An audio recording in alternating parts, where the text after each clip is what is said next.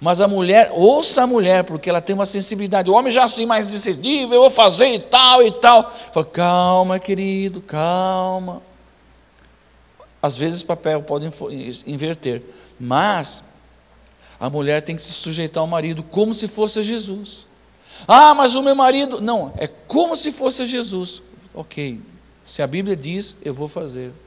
Agora, nós podemos fazer um seminário de casados aqui e explorar isso profundamente, mas nós não estamos no seminário, eu não vou poder me aprofundar sobre isso. Mas de concreto, Efésios 5:22 diz que você tem que se sujeitar, de colocar debaixo do seu marido e ver ele como uma autoridade. Agora, os dois têm que conversar, os dois têm que dialogar, mas cabe ao homem dar a palavra final. Posso ver amém, igreja? Agora o marido, Efésios 5:25-26. Maridos, ame cada um a sua mulher. Note que ame cada um a sua mulher.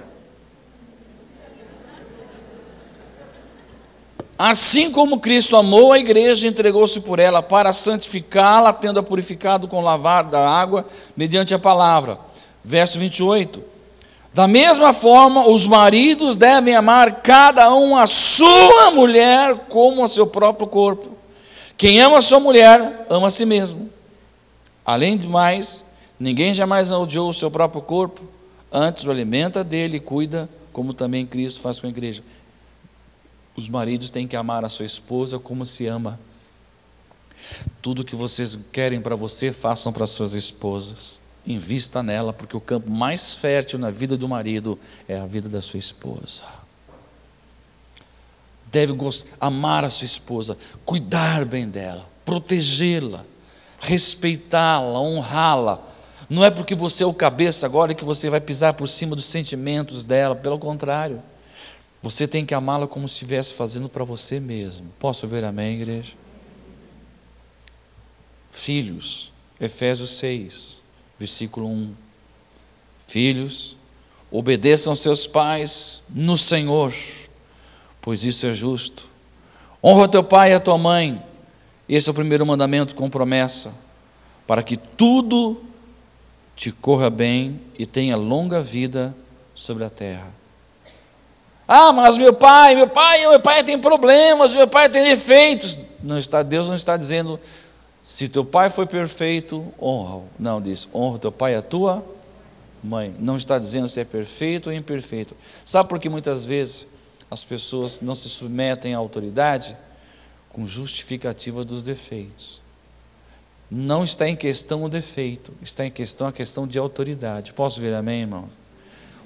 Se você está com o carro na estrada assim, vem um guarda lá rodoviário, manda você parar, ele pode até ter um cara estranho para você. Você fala, não gostei dele, eu conheço esse cara, é meu vizinho, é um sem vergonha, bate na mulher, é um cara que tem problemas sérios, e sabe uma coisa, eu não vou obedecer esse cara. Não obedece para você ver.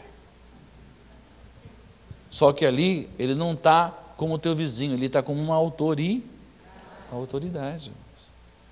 Muitos filhos, não vou obedecer meu pai, porque meu pai não sei o quê. Não, Deus não está pondo em questão se o teu pai é salvo ou não, se ele é perfeito ou não, se ele é bom pai ou mau pai. Ele é uma autoridade. E muitos filhos desonram os pais. Eu não vou fazer nada, você não sabe de nada, a vida é minha, eu faço o que eu quero.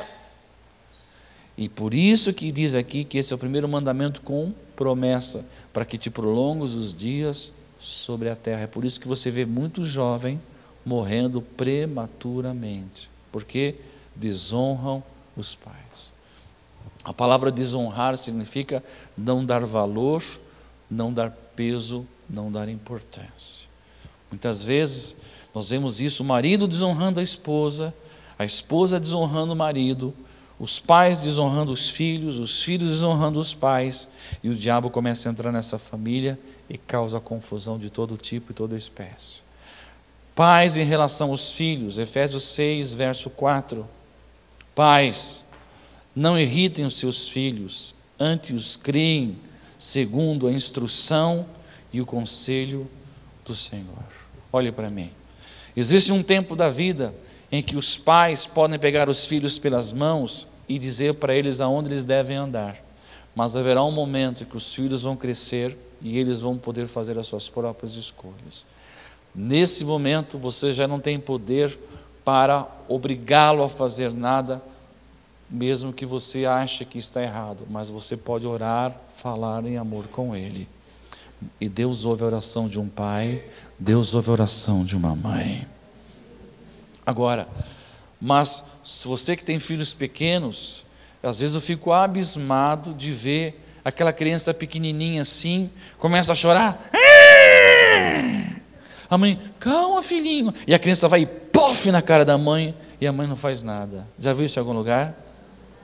Parece que a criança é o reizinho. Oh, vossa majestade. Não. Quando a criança é pequena, você tem que dobrar aquela criaturinha.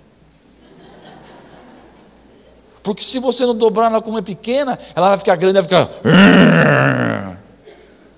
E aí você não tem mais controle sobre ela. Você tem que ensinar o seu filho, mas também você não pode irritar o seu filho. Você tem que amar o seu filho, você tem que cuidar dele. Veja, às vezes, com a necessidade de trabalhar para manter a casa com dinheiro, as contas pagas, até mesmo proporcionar uma escola particular para os filhos, ou uma calça, um bom tênis, o pai tem que trabalhar até fazer hora extra. Só que tem um detalhe, os filhos às vezes preferem um pai em casa do que um tênis novo no pé. Quantas vezes eu vejo filhos que sentem saudade do pai, sentem saudade da mãe. E eu sei que hoje em dia as mães têm que trabalhar, até porque para manter o equilibrado orçamento de casa. Mas eu vou dizer uma coisa, os pais, quando não estão presentes, os filhos podem ser educados pela televisão. Essa semana eu estava no consultório e sentado no consultório dentário e estava passando um desenho de uma emissora. O sangue de Jesus tem poder. Desenho animado. Aliás, eu vou falar para você, irmãos, os nossos filhos estão sendo discipulados pelas trevas. Os desenhos só falam de demônios, de malignidade, vampiros, bruxas, feitiços, encantamentos, poder, porque isso atrai muito uma criança. Você tem poder. Eu me lembro muito bem quando nós morávamos em São Paulo, teve uma reunião dos pais com a preocupação em que as crianças estavam se tornando violentas na hora do recreio. Estava acontecendo que crianças estavam brincando de luta marcial e crianças tinham quebrado perna, braço nesses momentos, por causa dos desenhos animados, irmãos. Então, eu quero dizer o seguinte, todo filho quer ser amado e cuidado pelo seu pai. E muitas vezes a revolta que eu tinha para com meu pai, hoje ele é um homem de Deus, um homem restaurado pelo Senhor, e sei que ele não fez isso por maldade, mas a revolta que eu tinha do meu pai, é que meu pai, ele não me abraçava, ele não dizia eu te amo, ele não investia em mim como eu precisava. Por isso que diz, pai, não irritem os seus filhos.